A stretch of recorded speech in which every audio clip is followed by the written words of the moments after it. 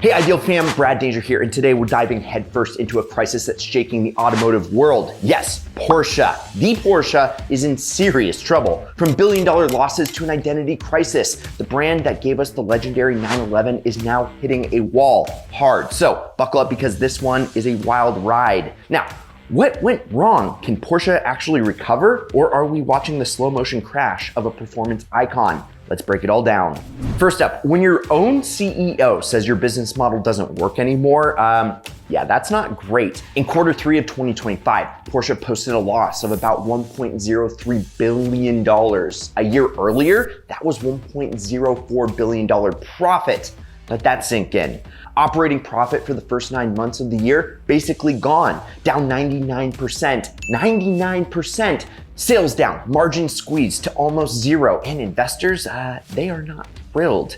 In short, Porsche went from printing money to barely breaking even, a shocking fall for a company that's once seen as the gold standard of automotive profitability. These numbers are brutal. A company that once enjoyed 18% margins at its IPO in 2022 is now hoping to scrape out 2% margins for the full year. Porsche's chief financial officer, Dr. Jochen Bruckner, admitted 2025 is the trough and told investors things should improve from 2026 onward. But for now, the red ink is everywhere. Porsche even warned it will have to slash its 2025 dividend to shareholders due to the poor results. So what is causing all this free fall? It's not as simple as one thing. It is this combination of strategic bets that backfired and external punches that Porsche didn't dodge. Let's start with the big one though, EV gambling. Yes. And real quick, there's nothing like a little Huracan Performante V10 in the morning. Okay, if you've ever imagined yourself turning heads in a jaw-dropping supercar, you are in the right place. Sign up. Sign up for the Ideal Collective. Right now, it is completely free, and I've linked to it in the pinned first comment down below. And just by signing up, you'll be the first to know about the giveaway. Spots are limited, so sign up today. Again, it's in the pinned first comment, and now, back to the show. Just a few years ago, Porsche went all in on EVs, launching the sleek Taycan to challenge Tesla's Model S. It looked great and drove like a Porsche, but it came with a high price and limited range. Meanwhile, Tesla and fast-moving Chinese startups flooded the market with cheaper tech-packed EVs, making the Taycan look less like a game changer. Then came the electric Macan. Porsche's top seller went EV only, but early sales lagged behind its gas-powered predecessor. Only recently did the electric version finally edge ahead, with 36,250 EV Macans sold in the first 9 months of 2025, just 55% of all Macans. Today, EVs make up 35% of Porsche's global sales, mostly driven by Europe, where electrified cars account for 56%. But despite growth, it's not meeting Porsche's lofty goals. Many customers, especially in the US and Asia, just aren't sold on luxury EVs yet, and Porsche's costly electric bet is falling short of expectations. Facing harsh EV market realities, Porsche is slamming the brakes on its all-electric push and reworking its roadmap. The next-gen 718 Boxster and Cayman, once planned as EV only, will now include a gas-powered version. A new entry-level crossover is coming in 2028 with a combustion engine to target US buyers still loyal to gasoline SUVs. Even the upcoming 7-seat flagship SUV, originally designed as a full EV, will now launch as a hybrid. These reversals are massive and expensive. Porsche expects to spend about $2.9 billion just to retool factories and scrap sunk EV R&D. Combined with battery project cancellations and other restructuring, the hit to 2025 earnings could reach around $3.3 billion. Internally, tensions are high. Porsche's cost-cutting plan includes cutting model variants, trimming R&D, and slashing jobs. In July, 1,900 staff cuts were announced, plus 2,000 contractors let go. Another round is likely.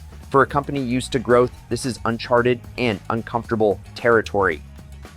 In just the first 9 months of the year, Porsche sold only 32,195 cars in China, down nearly 10,000 units from 2024. That's a brutal 23 to 26% plunge, cutting sales in half compared to their 2022 peak.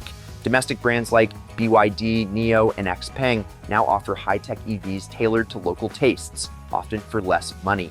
Meanwhile, Porsche's infotainment and EV offerings felt outdated. National pride also plays a role. Buy Chinese is rising as local products outshine the imports.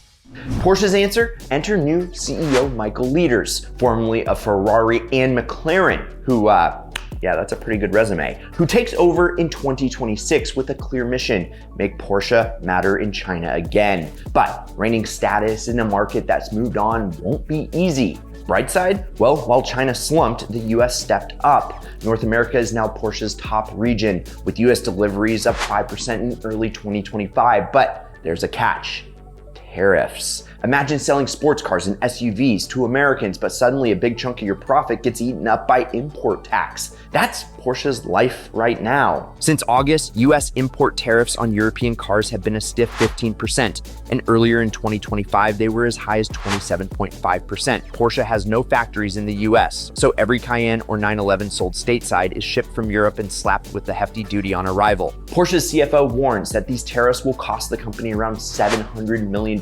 2025 alone. That's money straight off the bottom line. Porsche initially tried to absorb some of the cost to keep US prices stable, hence those awful margins this year.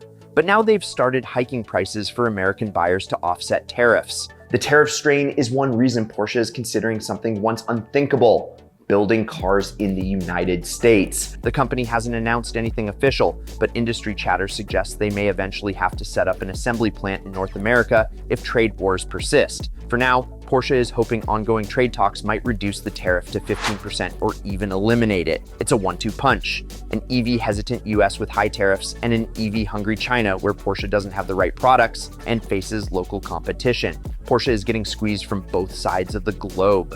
Porsche is facing more than just a sales slump. It's in the middle of an identity crisis. Known for the legendary 911, Porsche now sells nearly 60% SUVs, is dabbling heavily in EVs, and has plans for a 7-seat luxury model and an entry-level crossover. Enthusiasts fear that magic, well, just kind of fading. If a Porsche just becomes another plush electric SUV, is it still a Porsche?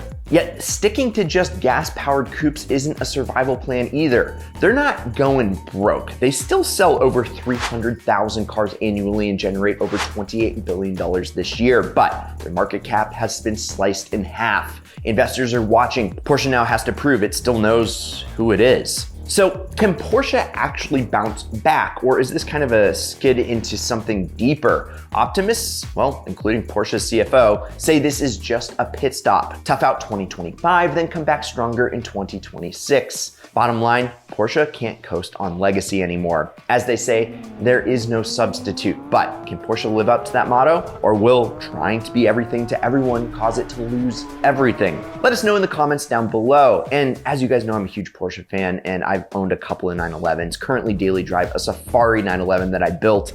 Absolutely love it. Love the brand as a whole, but I don't know. Is this something that's short term, or is it going to be something much, much bigger? Again, let us know in the comments down below. Can't wait to talk to you about it. And if you enjoyed this video, well, like, subscribe, turn on that notification bell, and definitely sign up to get entered to win our next ideal car we're giving away for free by clicking the pin first comment down below and going to winthisIdealCar.com.